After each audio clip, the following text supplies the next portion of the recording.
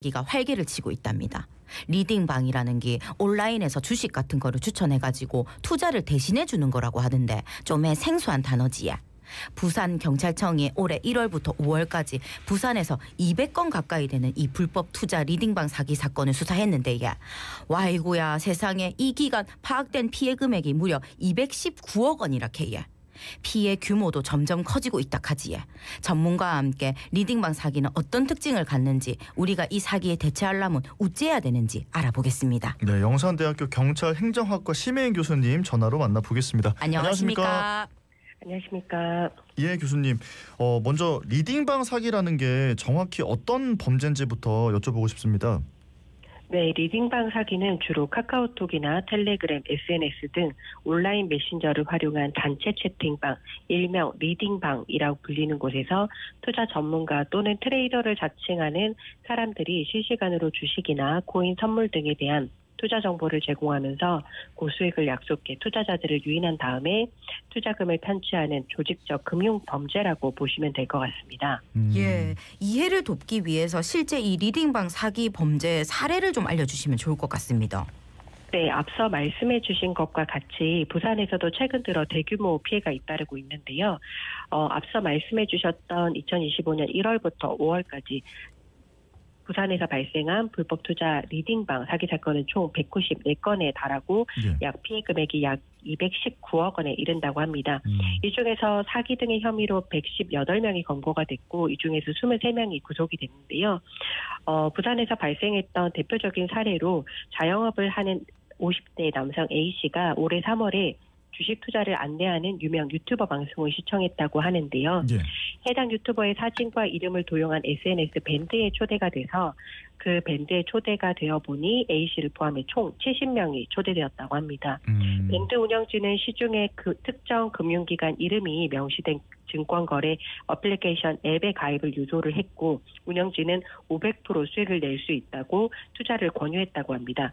A씨는 4월 초부터 투자금을 이체하기 시작해서 열흘 남짓 기간 동안 총 1억 8천만 원 상당의 수익을 투자를 했고 문제의 앱에서 순식간에 수천만 원의 수익이 발생한 것을 확인하여 수익금 출금을 요청하자 담당자가 수익금에 대한 수수료 17% 헌납을 해야 출금을 요구할 수 있다고 하였다고 합니다.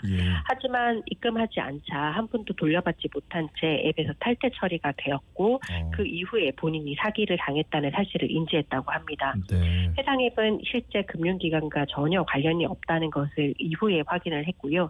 A씨를 비롯해서 다수의 피해자들이 현재 변호인을 선임해 경찰에 고소장을 제출하여 공동 대응에 나서고 있는 상태라고 합니다. 네.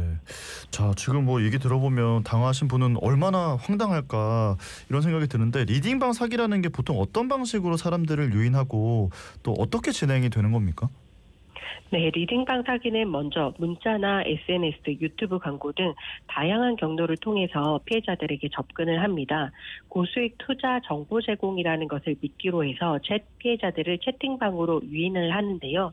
채팅방에서는 전문 트레이더의 실시간 리딩이나 일일 수익률 10% 보장 등 과장된 문구와 함께 일부 조직원들이 일부 회원인 척 위장을 해서 허위 수익 인증을 게시를 하여 투자 심리를 자극을 합니다. 피해자가 채팅방에 들어오면 일상적인 대화를 해서 라포도 형성을 하고 무료 종목 진단 등으로 신뢰를 쌓은 다음에 가짜 투자 앱이나 사이트를 설치하도록 다음으로 유도를 합니다. 피해자에게 소액 투자로 수익이 나는 것처럼 보여준 다음에 점차 더 큰 금액을 투자하도록 압박을 하고 큰 액수의 돈이 입금되면 범인은 연락을 끊거나 잠적하는 방식을 취합니다. 뿐만 아니라 피해자가 투자금을 앞서 말씀하신 부산의 사례처럼 인출을 요구할 경우에는 투자 수수료를 요구하거나 가짜 공문서를 위조하고 유명인을 사칭하는 등 더 지능적으로 범행을 저지르고 있습니다. 지금 말씀 중에 신뢰를 쌓아서 이렇게 또 사기를 벌인다고 하셨는데 그럼 사람들이 좀 어떤 심리를 교모하게 이용하는 건지도 궁금하네요. 네, 저도 투자 전문가가 아니지만 한 번쯤 들어본 용어인데요. 하이 리스크, 하이 리턴이라고 저희가 표현을 하죠. 위험 감수 심리를 자극하는 것입니다. 리딩방 사기꾼들은 투자자들에게 가진 리스크 감수 심리를 자극합니다. 투자 자체가 본질적으로 위험이 따르기 때문에 수익을 위해 반드시 감수해야 할 리스크로 포장을 하는 것입니다. 예. 피해자가 그래서 자기 스스로가 위험을 과소평가하도록 유도를 합니다. 두 번째는 채팅방이라고 했던 네. 그 안에서 발생하는 것으로 집단 동조에 의한 심리적 압박을 가합니다. 채팅방 내에서 다수의 조직원들이 수익 인증을 하게 되면서 피해자들이 이에 대해 노출이 되면 다들 투자했다는 분위기를 조성되어 있기 때문에 피해자들이 나도 해야겠다라는 집단에 동조하는 심리를 갖도록 유도를 하고요. 예. 나 빼고 다들 대박이 났다라는 성공 사례가 접하게 되면서 실패 사례는 잘 보이지 않습니다. 그렇기 때문에 피해자들은 자신도 성공할 수 있다는 착각에 또 빠집니다.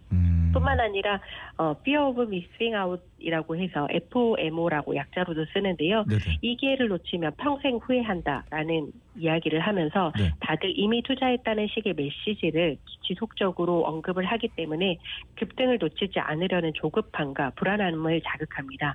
이로 인해 피해자가 신중한 판단 없이 투자에 뛰어들게 만들죠. 네, 그렇군요. 그리고 마지막으로 합리화를 유도를 하여 심리적 채무를 주기도 하는데요. 손실이 발생하면 피해자 당신의 탓이고 수익이 발생하면 리딩을 해줬던 리더의 탓이다라고 이야기를 합니다. 네네. 피해자가 자신의 판단에 의심을 하지 않도록 만드는 것입니다. 이로 인해서 피해자는 손실이 났음에도 불구하고 계속 투자를 하게 만들고요. 네. 그리고 초기에 소액이긴 하지만 수익을 주어서 신뢰를 쌓은 다음에 피해자들에게 정서적으로 빚을 진 느낌을 갖도록 만듭니다. 이후 더 큰 금액을 입금하고 투자하도록 유도를 하는 등으로 인해서 심리를 이용해 피해자들의 피해가 가중되고 있습니다. 그러니까 인간의 환경에 지배된다고 하잖아요. 이렇게 발을 들이면 진짜 뭐 빠져나오기 힘들 것 같다 이런 생각이 들거든요. 수사기관이나 금융당국은 리딩방 사기 범죄에 어떻게 대응을 하고 있나 이것도 좀 짚어주시죠. 네, 수사기관과 금융당국에 있어서는 리딩방 사기 근절을 위해서 다양한 정책과 대응을 펼치고 있는데요. 현재로서는 리딩방 사기 피해 예방 교육을 실시를 하고 있고 공익 캠페인이나 실시간 모니터링, 특별 단속 등을 실시하고 있습니다. 네. 최근에는 통신사기 피해 환급법의 적용 범위를 리딩방 사기까지 확대를 해서 피해자 구제에도 적극적으로 나서고 있습니다. 피해자가 은행에 구제를 신청을 하면 계좌 지급 정지 피해금 환급이 이루어질 수 있는데요. 하지만 범죄 계좌나 전화번호 차단 등 실질적 피해 방지 대책은 아직까지도 부족하다는 지적이 있습니다. 예, 좀 부족하다는 지적이 있는 만큼 이런 뭐 관련 법이나 대응 시스템이 충분하다고 보시는지 좀 보완해야 할 점이 있다면 어떤 것들이 있을까요? 네, 현행법상 리딩방 사기는 사기죄나 자본시장법 위반, 특정 경제범죄 가중처벌법 등으로 처벌받을 수 있는데요. 자본시장법 위반 시에는 3년 이하의 징역 또는 1억 원 이하의 벌금, 사기죄는 10년 이하의 징역 또는 2천만 원 이하의 벌금까지 처해지고요. 특경법 사기죄는 범죄 수익금의 5억 이상이거나 5억 미만이면 3년 이상의 징역, 50억 이상이면 5년 이상의 징역이 선고됩니다. 다만 보이스피싱과 달리 계좌 지급 정지나 전화번호 차단 등 즉각적 피해 방지 대책이 앞서 말씀드렸던 것처럼 미흡한 실정이어서 피해가 확산되고 있는데요. 제도적으로 리딩방 개설 허가제 도입과 금융교육의 의무화, 신속한 계좌 번호 차단 시스템 구축 등이 논의가 되고 있는 만큼 네. 빠르게 대처할 필요가 있다고 생각합니다. 만약에 근데 교수님 이런 사기 피해를 입었다고 판단되면 뭐 어떻게 대처해야 되는지 또 구제는 어떻게 이뤄지고 있는지 궁금하거든요.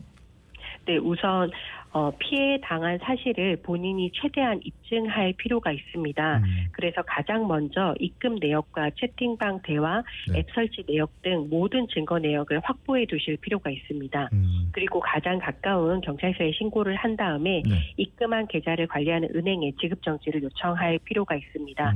최근에는 통신사기 피해 환급법 적용으로 인해서 피해금 환급도 가능해져 있는 상태이고 예. 금융사에도 구제 신청을 할 수가 있습니다.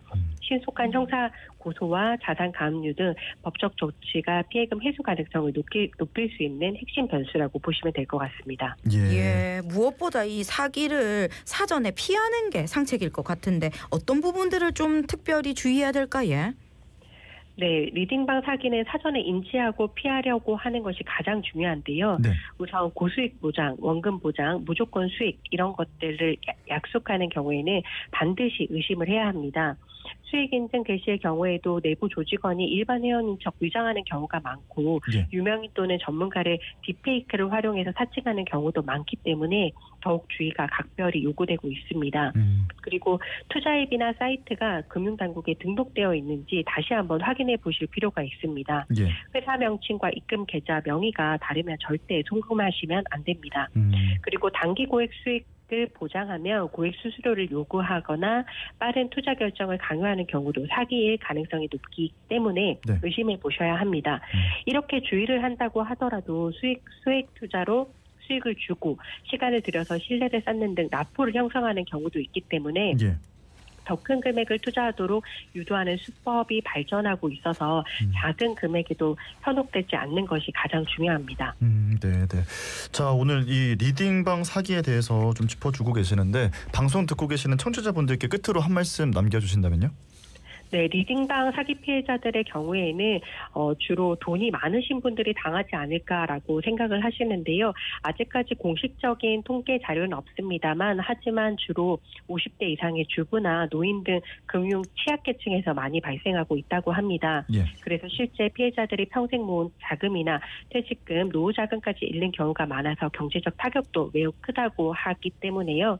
이럴 경우에는 즉각적인 피해 구제를 위한 신고와 그리고 피해 환급금을 돌려받기 위한 적극적인 대응을 노력과 동시에 내가 사기 피해자가 될 수 있다는 인식과 경각심이 필요하다고 생각이 됩니다. 네, 알겠습니다. 오늘 말씀은 여기까지 듣겠습니다. 고맙습니다. 고맙습니다. 네, 감사합니다. 네, 영산대학교 경찰행정학과 심혜인 교수님과 함께 이야기 나눠봤습니다.